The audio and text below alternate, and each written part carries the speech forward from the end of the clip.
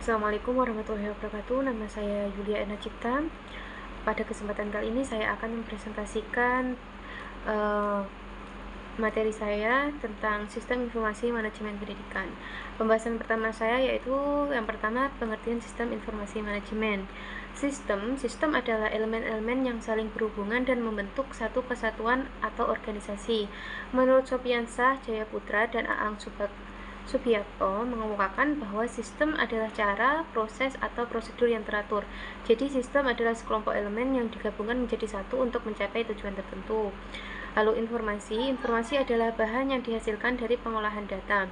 Eti Rohayati dan kawan-kawan mengemukakan bahwa informasi adalah data yang telah diproses ke dalam suatu bentuk yang mempunyai arti bagi penerima dan memiliki nilai nyata yang dibutuhkan untuk proses pengambilan keputusan saat ini maupun saat mendatang. Lalu manajemen adalah suatu proses atau kerangka kerja yang melibatkan bimbingan atau pengarahan suatu kelompok orang-orang ke arah tujuan-tujuan organisasional atau maksud-maksud yang nyata. Sehingga sistem informasi manajemen pendidikan adalah suatu sistem yang dirancang untuk menyediakan informasi guna mendukung pengambilan keputusan pada kegiatan manajemen dalam lembaga pendidikan. Dalam Praoga 2020 43 untuk menerapkan SIMDIK yang terpadu dan memiliki kapabilitas dalam mendukung keberhasilan dunia pendidikan yang signifikan, diperlukan keseimbangan sumber daya yang tersedia antara ketersediaan sumber daya manusia yang memiliki keterampilan dalam mengoperasikan teknologi informasi seperti komputer dan ketersediaan dana untuk pengadaan perangkat komputer yang sudah semakin canggih. Yang kedua adalah bidang sistem informasi manajemen. Sistem informasi manajemen merupakan suatu badan yang memiliki bagian-bagian yang memiliki tugas-tugas tertentu. Bagian-bagian itu adalah pengumpulan data, penyimpanan data, pemrosesan data, dan pemrograman data. Dari Made Bidharta 1998 dalam Laode Ismail Ahmad dan Ristati Sinen 2017, dalam bagian-bagian terdapat seorang koordinator yang bertugas mengkoordinir pada semua bagian dan bertanggung jawab langsung pada manajemen puncak atau kepala sekolah. Yang ketiga adalah fungsi sistem informasi manajemen. Menurut Laode Ismail Ahmad dan Ristati Sinen 2017 berpendapat ada beberapa kegunaan atau fungsi sistem informasi manajemen. Antara lain, yang pertama meningkatkan aksesibilitas data yang tersaji secara tepat waktu dan akurat bagi para pemakai tanpa mengharuskan adanya perantara sistem informasi. Yang kedua, menjamin tersedianya kualitas dan keterampilan dalam memanfaatkan sistem informasi secara kritis. Yang ketiga, mengembangkan proses perencanaan yang efektif. Yang keempat, mengidentifikasi kebutuhan keterampilan pendukung sistem informasi.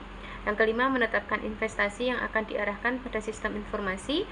Lalu mengantisipasi dan memahami konsekuensi dari sistem informasi dan teknologi baru, memperbaiki produktivitas dalam aplikasi pengembangan dan pemeliharaan sistem. Organisasi menggunakan sistem informasi untuk mengolah transaksi-transaksi, mengurangi biaya, dan menghasilkan pendapatan sebagai salah satu produk atau layanan sistem informasi manajemen untuk mendukung pengambilan keputusan.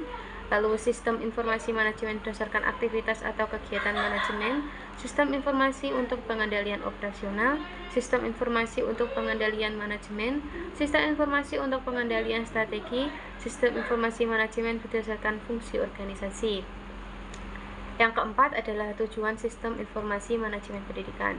Menurut Made Bidharta 1998 dalam Dina Umami Maghfirah 2019, tujuan dari sistem informasi manajemen pendidikan antara lain yang pertama, membantu seluruh bagian yang berperan di dunia pendidikan dengan memberikan informasi yang menyeluruh tentang pendidikan dari tingkat sekolah dasar, menengah, atau setara dengannya. Yang kedua, bertanggung jawab publik, yaitu dengan memberikan informasi secara transparan tentang kebijakan dan pemakaian sumber daya yang dialokasikan untuk dunia pendidikan. Yang ketiga, memberi sarana agar seluruh bagian yang berperan dalam dunia pendidikan yang di provinsi atau kota kabupaten agar dapat berperan aktif dalam upaya memajukan usaha di bidang pendidikan. Yang keempat, meningkatkan pengetahuan pendidik dan peserta didik tentang dunia informatika serta manfaat yang dapat diambil melalui beberapa pelatihan. Yang kelima, memberikan akses informasi yang mudah dan lengkap bagi pendidik dan peserta didik mengenai ilmu pengetahuan dan informasi pendidikan lainnya.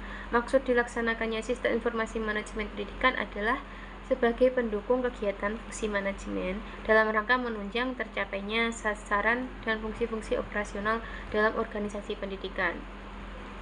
Yang kelima yaitu jenis sistem informasi manajemen pendidikan. Menurut Eti Rosaiti 2010 dalam Dina Umami Mafiroh 2019, ada 3 jenis sistem yang ditawarkan bagi lembaga pendidikan untuk penerapan sistem informasi manajemen, yaitu sebagai berikut. Yang pertama ada intranet, jaringan internal lembaga pendidikan yang menghubungkan kantor pusat dan kantor cabang yang terpisah secara geografis, lokasi maupun regional.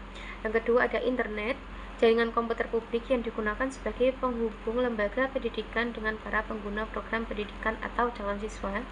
Yang ketiga ada extranet, jaringan yang dibangun sebagai alat komunikasi antar lembaga pendidikan dan lembaga pendukungnya seperti Departemen Pendidikan, masyarakat, pemerintah, dan dunia usaha.